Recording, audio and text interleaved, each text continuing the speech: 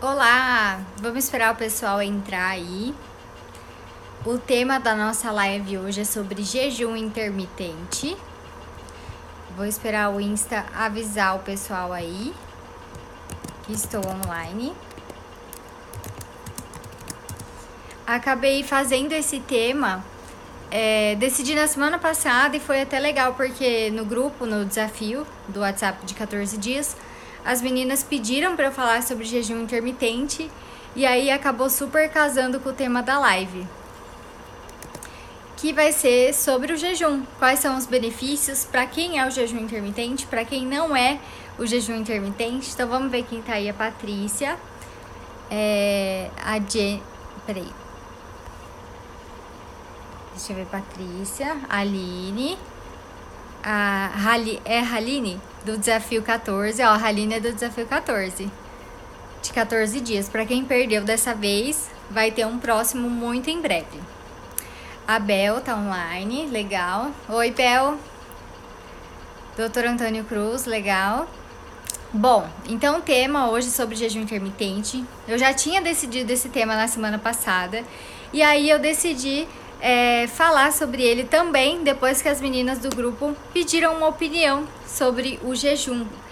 Se ele era bom, se ele não era bom, quanto tempo que era o ideal, que horas que tinha que ser a última refeição. E aí me motivou ainda mais a falar desse assunto, né? Vamos começar então a falar. Eu sempre dou uma olhadinha aqui do lado, porque é onde eu anoto tudo que eu tenho pra falar, pra não faltar nada. Mais gente entrando. O Anderson tá aí na live. Deixa eu tomar uma água. Aline, legal. Então, para quem tá entrando agora, o tema vai ser sobre jejum intermitente. Quais são os benefícios dele? Então, só pra gente introduzir o tema, o jejum intermitente é uma prática bem antiga. Ela acabou ganhando destaque de uns anos pra cá, mas é muito antigo. Fazer jejum é algo muito antigo mesmo. E aí, o que seria o jejum intermitente? Um jejum programado, com um período, um horário para você iniciar o jejum e um horário para você acabar. Na prática seria isso, um período sem alimentação. Existe o jejum metabólico e o jejum que a gente acaba utilizando para emagrecimento. Ó, entrou mais gente do Desafio 14, legal. Quando a gente fala de jejum metabólico, a gente tem como intenção melhorar alguns parâmetros, principalmente bioquímicos, como glicemia, insulina, triglicerídeos. A gente tem como intenção, quando utiliza essa estratégia, aumentar a capacidade antioxidante do corpo, melhorar os níveis, né, de quem tem esteatose hepática, acaba sendo uma estratégia muito legal. E no caso de emagrecimento, acaba sendo eficiente para algumas pessoas, por ter uma restrição calórica por um determinado momento, que você acaba pulando uma refeição ou 2 refeições ao dia. Existem diversos protocolos de jejum intermitente. Eu vou falar aqui para vocês os mais comuns, que são o de 12 horas,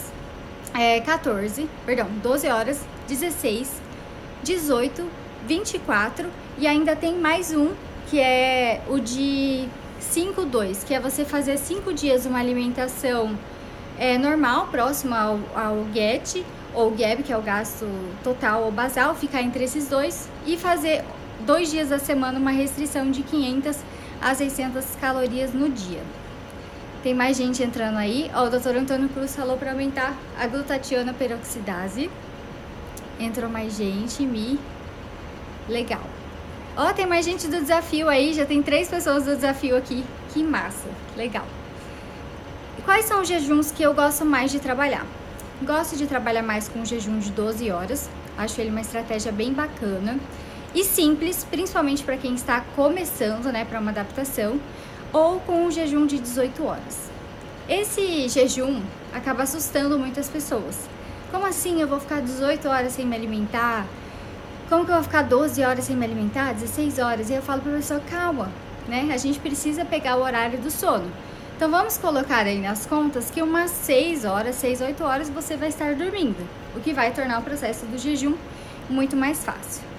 O jejum, ele antes era algo natural, né? Nossos avós, principalmente, né, jantavam mais cedo e tomavam o café da manhã mais cedo. Então era comum ter uma longa janela. Na verdade, comer o tempo todo, igual a gente é acostumado agora, não era algo comum.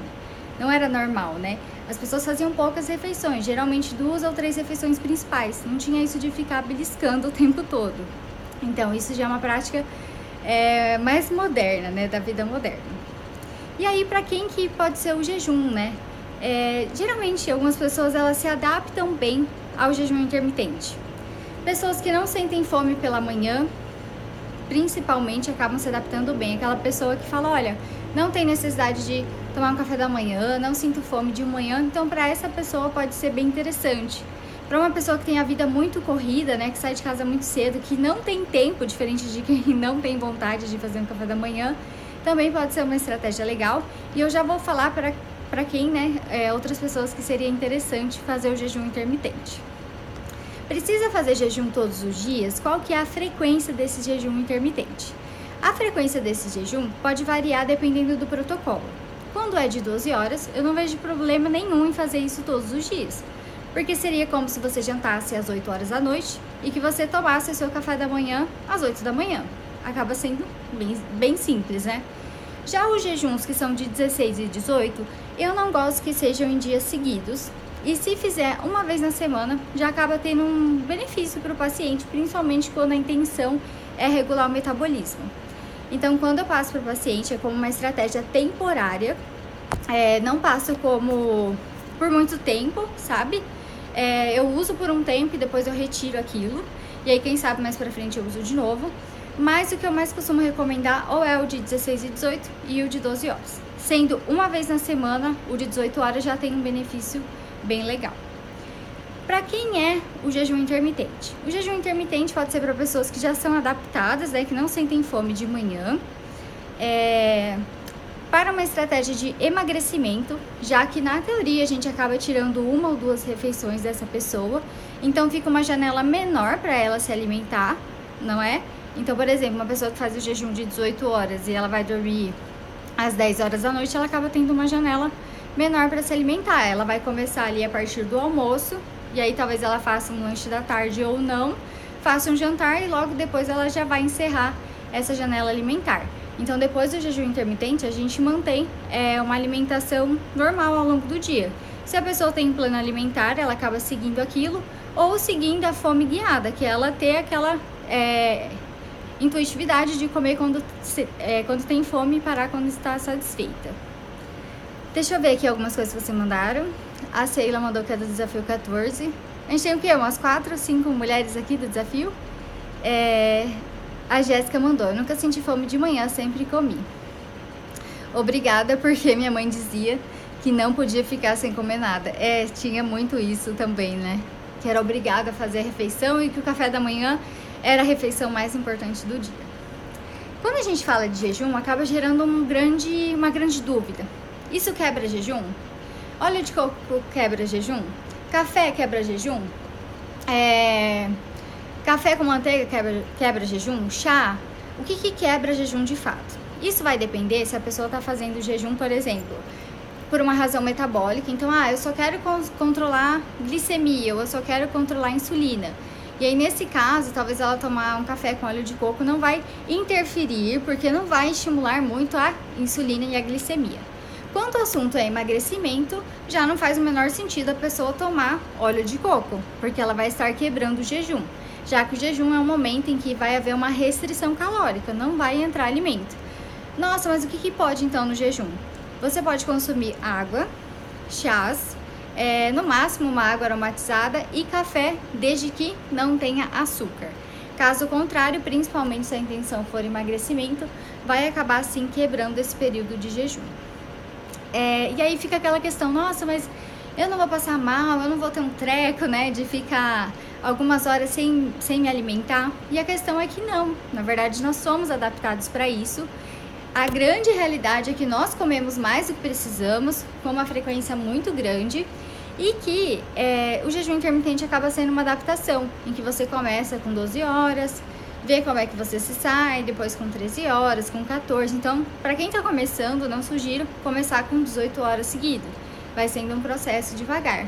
E não, você não vai passar mal e não vai faltar reserva energética para o seu corpo, porque a nossa gordura é uma reserva energética.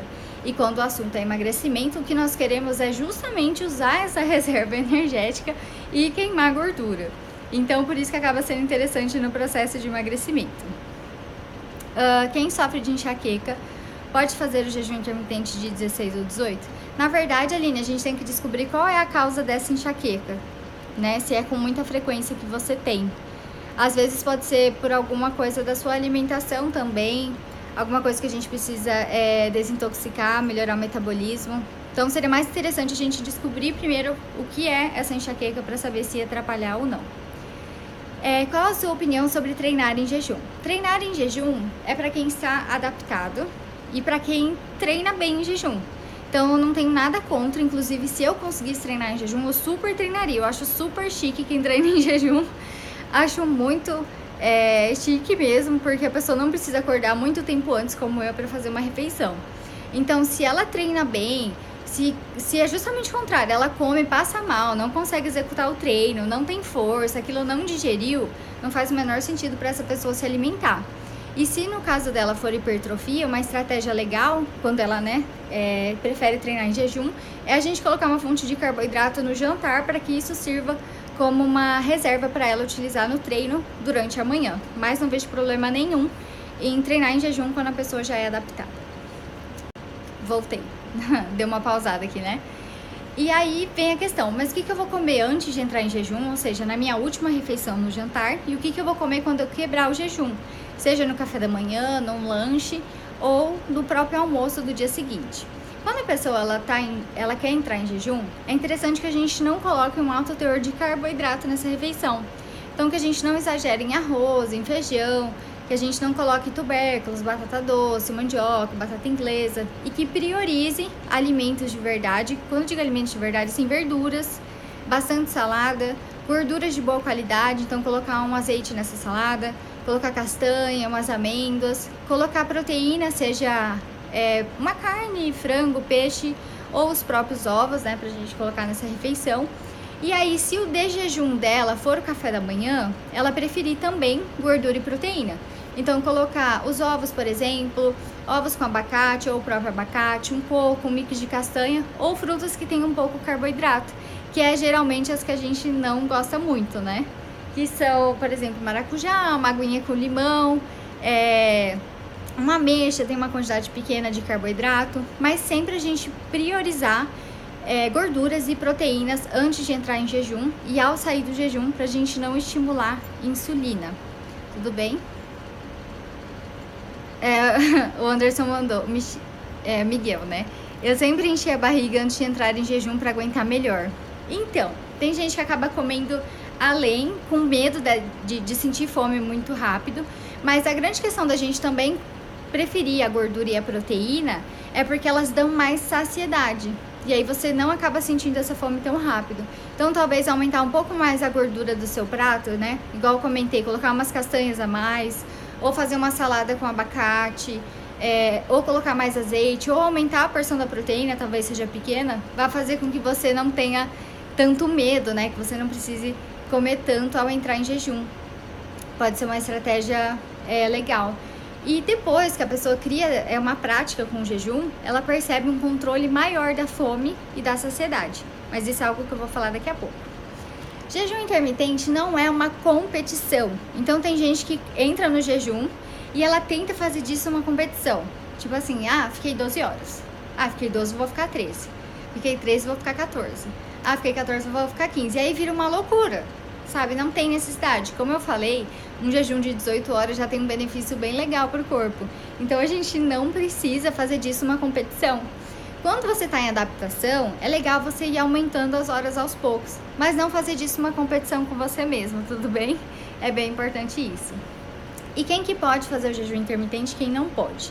Na verdade, quem pode fazer o jejum, quem não pode fazer o jejum são crianças, idosos, gestantes e pacientes de risco, porque assim, realmente não tem a menor necessidade de fazer esse grupo, tá?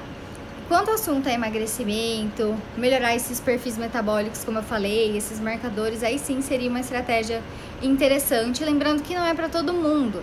Embora seja uma estratégia legal para emagrecimento, ela é uma dentre várias estratégias que a gente pode utilizar. E como eu falei, eu gosto de utilizar como uma estratégia momentânea. Então, vamos supor, a pessoa chegou no consultório, a gente faz um combinado de diminuir os industrializados, né? De ficar o mínimo dos industrializados, talvez um desafio tipo o bicho planta, né? Tipo a gente fez naqueles 7 dias com mais comida de verdade. Aí depois mudo para uma low carb, depois uma low carb eu passo para uma cetogênica. Aí na cetogênica a pessoa já está adaptada a comer menos carboidrato, a comer menos. Ela fica, né, umas janelas maiores sem se alimentar, porque a cetogênica, a base dela acaba sendo gordura, e gordura da saciedade. Aí talvez seja interessante entrar com jejum algumas vezes na semana com essa pessoa. Quando eu achar que tá na hora da gente mudar a estratégia, que o corpo não tá respondendo, ou que o objetivo da pessoa mudou, aí eu tiro esse jejum e a gente vai alterando as estratégias. Mas tem gente que faz disso um estilo de vida, por exemplo, que fica às 12 horas sem se alimentar todos os dias. E aí depois, né? E quando acaba o jejum, o que eu faço? Então vamos supor, entrei de jejum às 8 horas da noite e fiz a minha refeição, almoço, meio-dia. E depois? Eu gosto mais que o paciente coma de forma intuitiva, que depois nas próximas refeições ele realmente pense se ele tá com fome, se tem necessidade dele comer, se ele tá satisfeito ou não. Então, quando o paciente tem um plano a seguir, precisa bater aquela quantidade calórica, tudo bem. Mas eu prefiro mais essa questão do autoconhecimento, isso traz muitos benefícios. Algumas pessoas não gostam muito da prática do jejum por achar que ela acaba gerando compulsão alimentar, que restrição gera compulsão. Já vi várias notícias assim na internet. Eu vou falar minha experiência com o jejum e com os meus pacientes, minha experiência pessoal e com os meus pacientes. Todas as vezes que eu recomendei jejum para os pacientes, inclusive para quem tinha problema com compulsão alimentar, eles se sentiram bem e se sentiram no controle da situação. Então, diferente do que a maioria das pessoas falam, que acaba gerando uma restrição, uma compulsão por ficar ali uma janela restrita sem se alimentar, eu já vejo muito pelo contrário, que isso traz um pouco de confiança para eles, de que eles estão no controle, pelo menos naquele momento, e que eles conseguem lidar melhor com essa sensação de: será que eu realmente estou com fome? Será que eu tenho necessidade de comer? Então, na prática, eu vejo que isso ajuda muito, inclusive quem tem compulsão alimentar. Mas isso é muito individual, né? Quando eu fiz também, eu me libertei um pouco daquela ideia que eu tinha. Quando eu fiz, eu estava na faculdade ainda, onde os professores falam que você tem que comer a cada 3 horas, né? E aí, quando eu fui fazer o jejum, eu tinha uma crença muito grande de que, meu Deus, se eu não comer a cada 3 horas, eu vou ter um treco, eu vou desmaiar, vou cair dura aqui, né? Vou passar mal, minha pressão vai cair. Muitas pessoas têm esse medo, geralmente porque a alimentação é muito rica em carboidratos também. Mas aí, pra mim, foi um grande autoconhecimento, eu perceber que não, que tá tudo bem se eu ficar umas horas a mais sem comer, que eu não ia passar mal. E é claro que eu fiz isso aliado a uma dieta low carb. Ou eu tava em low carb ou em cetogênica, eu tava numa dessas duas. Então me trouxe um conhecimento bem grande do corpo, em perceber que eu não precisava comer o tanto que eu comia, eu não precisava comer naquelas quantidades, ou que tava tudo bem se eu não quisesse ter um horário para as minhas refeições, né? Se eu quisesse fazer o meu horário. Por exemplo, eu comer só quando tivesse fome. Se eu tivesse fome 15 horas para almoçar, eu podia almoçar 15 horas. Por que não? Quem falou que é errado eu fazer um prato de comida às 15 horas? Então, para mim foi bem bacana para me libertar dessa questão de ter um horário, de ter regras a seguir. Porque o nosso corpo não sabe o que é horário. Ainda brinco com o paciente. Seu corpo não sabe o que é horário, não tem o melhor horário. Seu corpo não sabe o que é sábado e domingo. Aí ele desliga sábado e domingo para você comer um monte de coisa gordurosa. Aí segunda ele liga de novo. Então não, o nosso corpo não tem essa capacidade de se desligar ou de saber que horas que é melhor para ele, né? Então, na prática eu acho bem interessante, gosto de utilizar associando com dietas baixas em carboidrato. Tem um erro muito comum que eu já vi também pesquisando na internet, já vi pessoas me falarem, que é assim: nossa, o legal do jejum é que você fica, sei lá, 16, 18 horas sem se alimentar e depois você pode comer o que você quiser. Aí, vocês estão me ouvindo? Só me dá um parecerzinho assim que vocês estão me ouvindo, estão me vendo, porque aqui ficou aparecendo reconectando. Só me falem aí.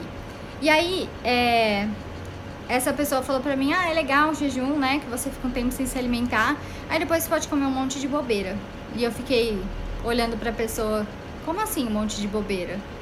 Porque depois você pode comer pizza, sorvete, e eu fiquei, tipo, olhando assim pra pessoa, como seria isso, né? Gente, valeu por avisar, que vocês estão mandando aí, né, então tá tudo bem com áudio e com vídeo. E a grande questão é que mesmo se a pessoa fizer o jejum intermitente e nas janelas que sobraram, ou seja, nas 8 horas que restou para ela de alimentação, ela comer além do que ela precisa, ela vai engordar. Porque o jejum é uma o emagrecimento é uma restrição calórica. Eu sempre bato nessa tecla. Independente de ser low carb, cetogênica, jejum intermitente, uma dieta hiperproteica, só vai funcionar quando tiver restrição calórica. Então não adianta a pessoa fazer uma dieta da proteína e se entupir de proteína. Não adianta a pessoa fazer uma cetogênica, que a base é gordura, e se entupir de bacon e ovo e coco e abacate, ela não vai ter o resultado que ela quiser se ela ultrapassar esse valor. Então, já vi gente fazendo jejum, cometendo o erro de comer tudo que quisesse depois, e aí ela não teve o resultado alcançado, porque ela comeu um monte de alimentos que a gente considera inflamatório para o nosso corpo, e aí isso também acabou ultrapassando as quantidades calóricas que ele precisava. Então essa janela de 16 horas, 18 horas não serviu de nada se nos horários restantes ele comeu muito além. Então talvez para essa pessoa não seja interessante a estratégia do jejum intermitente. Tem uma outra estratégia, eu nem comentei muito, né? Que é a do 5-2, eu comentei bem no início da live. Então tem essa dos protocolos, e a 5-2 a gente considera os 7 dias da semana. E aí durante 5 dias a pessoa faz uma alimentação normal, mais saudável, assim, né? Comida de verdade, um valor entre o gasto dela em repouso total. E aí, 2 dias da semana, a gente coloca uma restrição calórica mais severa de 500 a 600 calorias, ou 25% das necessidades dela. Eu particularmente nunca fiz nunca passei para os pacientes também por achar, assim, bem sofrido consumir só 500 calorias 2 dias da semana. Mas entendo também que é uma estratégia bem pontual, que a gente coloca e retira depois. A Jéssica mandou, sem déficit calórico, sem perda de peso. Com certeza. Por isso que eu sempre falo que a gente tem que encontrar a melhor dieta, o melhor estilo de alimentação que se adapta. E aí quando perguntou assim, qual dieta é melhor para emagrecer? A melhor dieta para emagrecer é aquela que você consegue fazer. É a que você faz. Igual atividade física. Qual é a melhor atividade física? Qual é que vai me dar resultado? Olha, é a que você fizer. Então a gente precisa ter sempre em mente que temos diversas estratégias para utilizar. Quando você não teve o benefício, não atingiu o seu objetivo com uma delas, você ainda tem muitas outras para tentar, até encontrar, né, com o que você se adapta, o que você consegue levar como estilo de vida, o que você consegue adaptar à sua rotina. Mais alguma dúvida, gente, sobre jejum intermitente? Me contem aí. Alguém aqui já fez jejum? Quer contar a sua experiência? Como que foi? Foi tranquilo? Não foi tranquilo? Eu lembro que uma outra vez eu falei sobre jejum nos stories e uma menina perguntou sobre úlcera. Era sobre úlcera. Que ela tinha úlcera no estômago e se pra ela seria interessante fazer um jejum de 18 horas. E na verdade não, sabe? Não acho necessário, até porque a pessoa que tem úlcera, ela já tem uma disfunção ali no estômago, vai ficar muito tempo sem se alimentar, talvez aumente a produção de ácido do estômago. Não acho uma estratégia legal não, para quem sofre de gastrite, úlceras, não acho uma estratégia bacana. E aí, gente, alguma dúvida por aqui sobre esse tema do jejum? A Soraya mandou, faço há mais de 1 ano. Que legal! Você faz qual protocolo? De quantas horas, geralmente? Soraya? Rosinei, eu sempre fiz e não sabia o nome. Desde criança nunca comi de manhã, minha primeira refeição sempre foi perto do almoço. Legal. Então, a grande questão é que quando a gente considera o jejum intermitente, a gente dá uma retirada no carboidrato, uma diminuída. Então, não sei se você fazia isso também. A Jéssica mandou, eu faço, pra mim é super tranquilo, inclusive treino em jejum. Como eu treino às 6 horas da manhã, é super sossegado. Meta de vida treinar em jejum. Se eu vou treinar às 8, eu tenho que acordar às 6h30 pra comer. Um dia eu vou chegar onde você está, Jéssica. Pretendo. Porém, por sempre fazer, quando comecei o acompanhamento, não emagreci. Ah, entendi, como se você já tivesse adaptado, é isso que você tá me falando? Às vezes o paciente se adapta a uma estratégia. Tipo, muito tempo fazendo low carb, muito tempo dieta hiperproteica. Aí que é o momento da gente mudar. Vamos ver, faço jejum, a Soraya mandou, faço jejum de 18 horas, não tem fome pela manhã, então aproveito. Legal, você faz diário? Quando eu fazia jejum, não era algo programado, assim, acabava acontecendo. Eu acordava de manhã, não tava com fome, não ia fazer nada de alta intensidade, tipo, ficava em casa estudando, e aí acabava fazendo o jejum acontecer naturalmente. E uma estratégia legal para o jejum intermitente, para aumentar a capacidade de antioxidante do corpo, é também você fazer consumo de chás, já que eles são ricos em fitoquímicos, né? E acabam melhorando. Eu costumo brincar assim, que o jejum intermitente, ele já foi muito utilizado e ainda é para doenças. Por justamente fazer uma limpeza, vou usar esse termo assim bem simples, sabe? Para fazer uma limpeza no corpo. Por quê? Pra gente aumentar a nossa capacidade antioxidante. Então o corpo vai pegar as coisas ruins, as células ruins, os radicais livres, como se ele pegasse num caminhãozinho e colocasse tudo isso pra fora.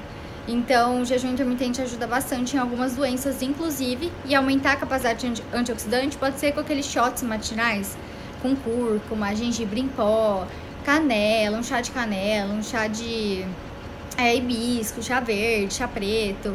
A gente consegue aumentar essa capacidade do nosso corpo antioxidante. A Soraya mandou todos os dias, já me acostumei e faz parte da minha vida. Legal. Vamos ver aqui, Letícia mandou, amo jejum, sinto muito resultado. Gente, tem muita gente do Desafio 14 aqui na área, legal. Muito legal mesmo. Acho que umas 5, 6 meninas estão aqui, né? Que massa. Gente, adorei saber. Deixa eu ver aqui, mais uma pergunta. Tem problema de fazer o jejum de 18 horas e ir treinar às 14? Você ainda estaria em jejum? Eu não entendi.